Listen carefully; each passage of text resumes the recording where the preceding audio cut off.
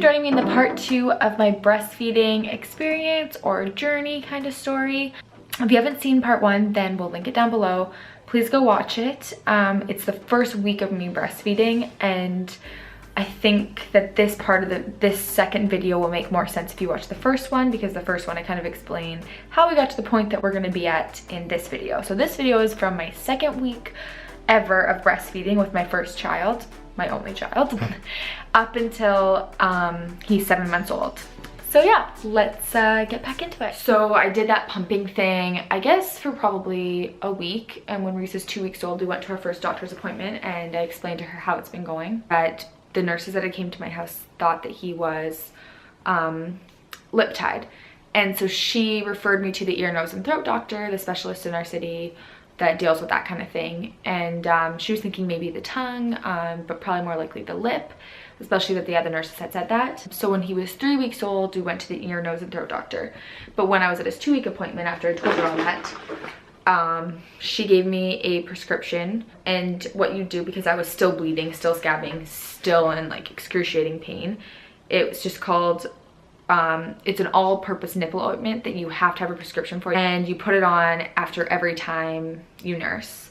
And so I'd put that on, and then I'd use a breast pad over top to protect it in my bra. And also because I leaked constantly, I could soak a disposable breast pad in like 3 hours and have to change it out because it would be like full and gushy, and it was crazy. I did buy the reusable ones that you wash in the wash, and they didn't hold it. Like every single one that I wore would just like soak within half an hour, and you could see it through my shirt and everything. So the reusable ones didn't really work for me. I found the best brand was the Avent disposable breast pads, and I really like the Johnson ones too. Those are the two that I use, and Johnson ones, I think both of them were really soft and really good. This saved my life. This made a huge difference too. This helped so much. It really helped me. So it's just like, it looks white, but it goes on more clear. I think he was 3 weeks or 4 weeks when we went to the specialist for the lip tie. He looked at his mouth, and he said it was actually, he was slightly tongue-tied, just a little bit. And he figured maybe it was best to try for a couple more weeks, and he referred me to go to a lactation specialist at our breastfeeding center here in town. And it's like totally free to go and everything here. And he said to try that, and in 2 weeks, if it didn't get better, then to come back, because he thought, why put the baby through this if we can correct it naturally? Right out of there, I made an appointment. I got in within like 2 days. Again, they showed me a bunch of positions. They looked at his mouth and said, yeah, they thought he was a little bit too. They showed me some things that I could do with him. They were so nice and so great and so encouraging, and they really made me realize, like, I thought I was alone in this, and I thought that I was a complete failure, that this was hurting so bad and that I just couldn't get it right.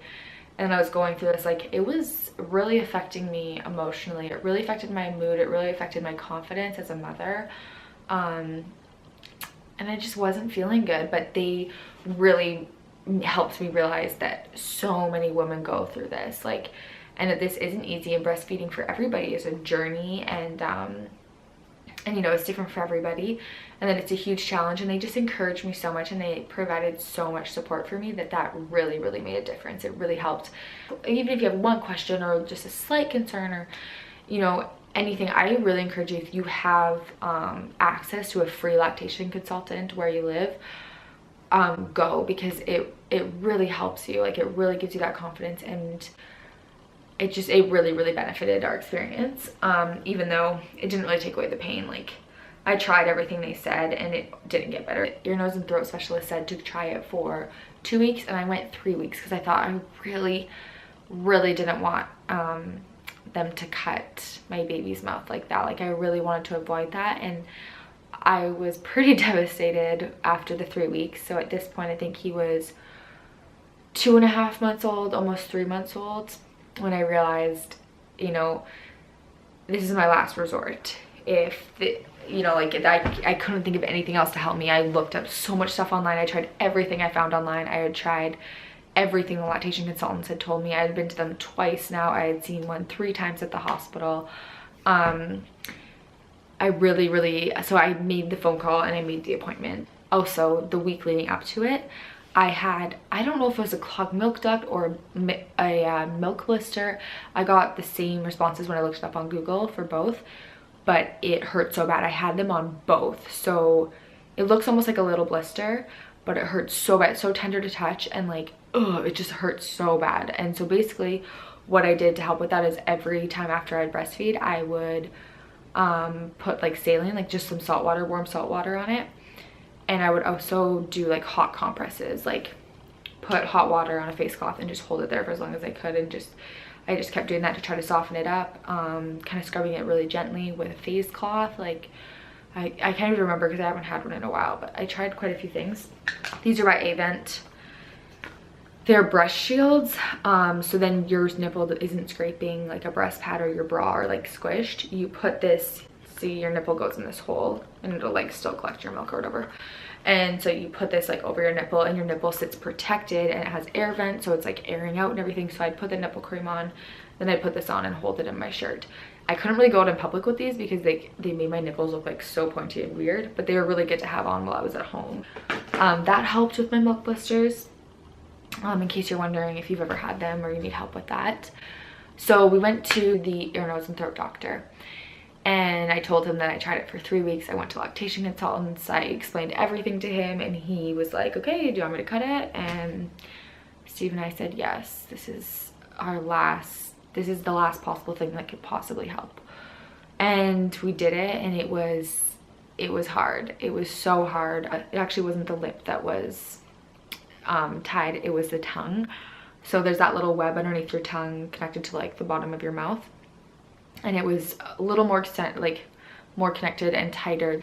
And so he snipped that back a little bit, and it was so sad. Like, oh, Rhys's mouth filled with blood. I cried, even just thinking about it now. Like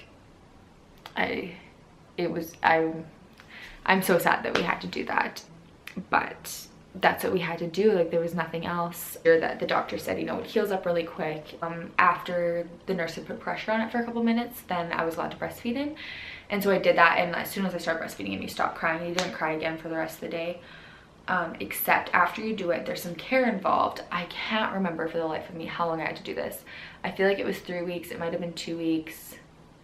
I don't think it was as long as 6 weeks. I think it was probably 2 or 3 weeks. Every time I fed him, or every second time I fed him, with your finger, you had to push down on that web that they had cut. And that's because if you don't, it'll just grow back, and then you'll have to get the procedure done again. And I was not about to do that ever again. That was really sad, having to do that. Every time he would like gasp and look at me with such wide open eyes, and I would do it, and then he'd start crying. But every time that I put him, as soon as he'd get on the boob, he would stop crying. That was a huge challenge for us, was overcoming that procedure and everything. But within a week, they said it might take a few weeks, it might take a month. And also I had to go to the lactation consultants right after it as well, to help learn some different skills. Like, we had to try to train his tongue to like, you'd like put your finger here and he'd have to like extend to lick it and everything, and that would help too. So I was doing stuff like that that the lactation consultant told me to do. Within a week, breastfeeding actually started to feel better. My clogged milk ducts or milk blisters, whatever you want to call them, they went away. And it was still uncomfortable and it was still painful, but definitely not as painful as it had been up until that point. So I think he was almost 3 months, like a week away from being 3 months at this point. And so I think he was 3 months. So I had gone through 3 months of excruciating pain. I think the second time I went after he got that done, I told them like, it's so hard for me to push on that little part, and I know that I have to do it, but it's so hard and I hate doing it. And I asked them if there's any other alternative or way that I could do it. And so they showed me another way where you go behind the baby when they're laying down, and with your fingers you kind of just like lift up their tongue. So you're not pushing on it, but you're stretching it enough that it's like, it's gonna do the same thing kind of thing. And he never cried when I did that, so I started doing that. I think a week and a half in or 2 weeks in, I really can't remember these timelines, but I started doing that instead of pushing on it. By the second or third week, I was feeling pretty good with breastfeeding. It just felt like kind of neutral, and I started to feel like normal. I was starting to be able to, up until he was 3 months old, I had a really hard time breastfeeding anywhere in public. I really wouldn't, because it was such a procedure. Like I had to be in a certain position when I would breastfeed.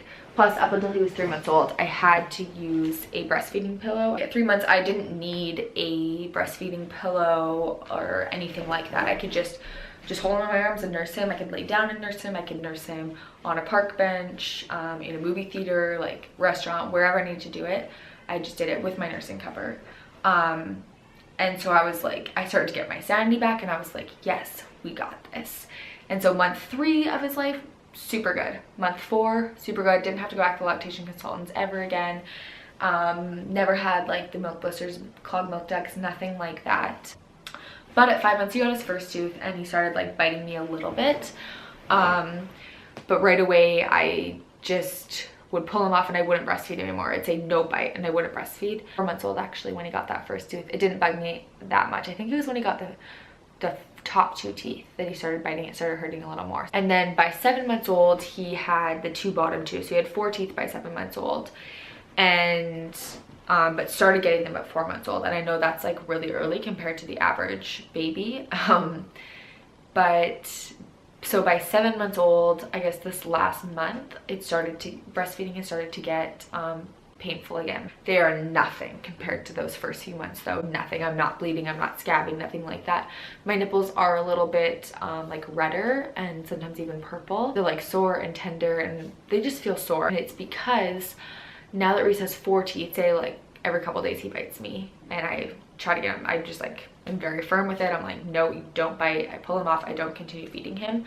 But the thing I'm having a problem with is he's doing this thing and he's not biting me, so I can't really like get mad at him. Like he doesn't even really know he's doing it. When he nurses, I think my nipple is kind of getting scraped against the top and bottom. He's like not opening wide enough or something. Every time he pulls off, he grates my nipple through his teeth. I don't know how to get him to stop because he's not biting me or something like that. Like it's just, he's just pulling off the nipple, and my nipple's getting scraped against his teeth. But for the most part, like that doesn't really have to do with like the tongue tie or anything like that. That just has to do with the fact that he has teeth now.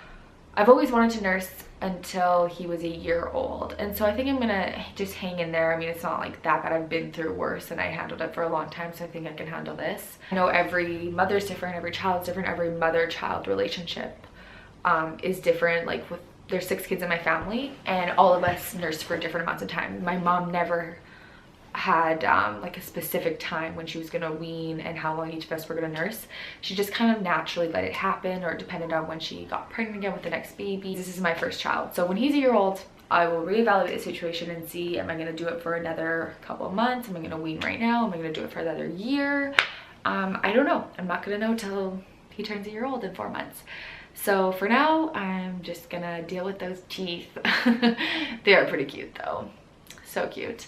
And that's everything. I hope this video wasn't too long. There's just a lot of things that I wanted to talk about, and I hope that I could help you in at least one way, or you know, you benefited from this a little bit, even if I didn't help you at all. I hope it was interesting. I don't know. And so that's it for my video about my breastfeeding from basically 0 when Rhys was first born up until 8 months. That's my update. Day 10 right here. Okay, so this one is the walnut orange scone. I've never heard of this one, and I've never tried it. It's a white tea, so it's got low caffeine. Okay, I'm gonna be honest, I'm not the biggest fan of orange flavored things. The smell of it kind of, it's not my favorite smell. Maybe it'll taste good. I'm still gonna try it, and you know, I'll give it a chance. It looks like it's got like fruit chunks in it and nut chunks. And then of course the tea leaves. But I don't know how I feel about this one. Ugh, I just don't really like orange. Unless it's like a real orange, but that's okay.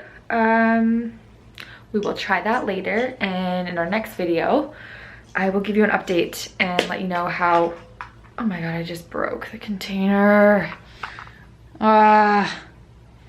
This thing came out. Well, I'm sure I can fix it. Okay. I actually think I wrecked the glue or something in it because it's not going back in. Oh, I'll fix this later, whatever. So anyway, that is it for our Vlogmas Day 10 video. And again, if you're still sticking around, then thank you so much. And if you're not subscribed to our channel, then please do subscribe. I know this video is about breastfeeding, but we also do other videos. We do mostly vlogs and things like that. So hit that subscribe button and you'll be able to see more of us and you'll be able to get to know our family a little bit more. So thanks again for watching and we'll see you tomorrow.